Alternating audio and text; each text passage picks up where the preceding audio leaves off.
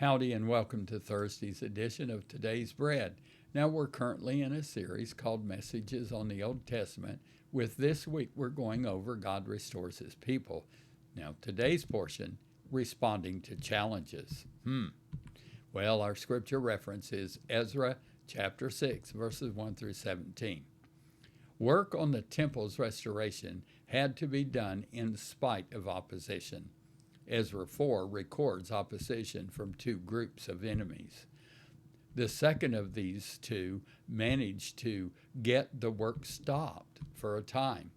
Then came more opposition, this time from a governor named Tatnai. Opposition to God's work is ongoing.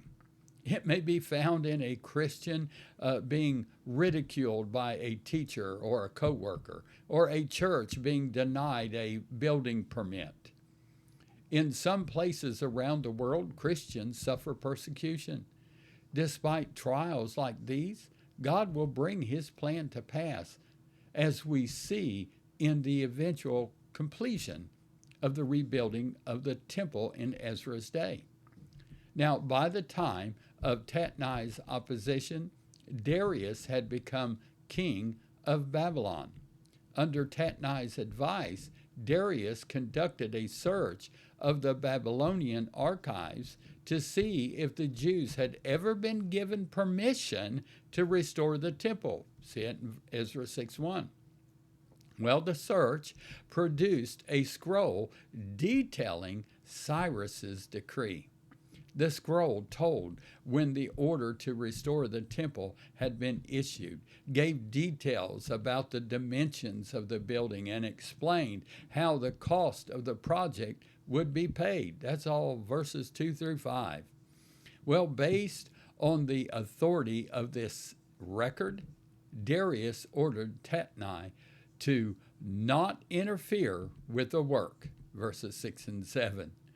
Not only that, by the governor was ordered to pay the builders expenses from his own treasury to supply whatever material help they needed. That's verses 8 and 9. Well, according to Darius, this needed to be done so sacrifices could be offered at the temple. Verse 10. Darius underscored the importance of his edict with a promise of severe penalty for anyone who changed it. Verse 11. Now finally, he ordered that the decree be carried out with speed. Tatnai did what Darius ordered. Verse 13 shows that he did it with the speed Darius ordered. Verses 13 through 17 tell how the Jews finished the rebuilding of the temple.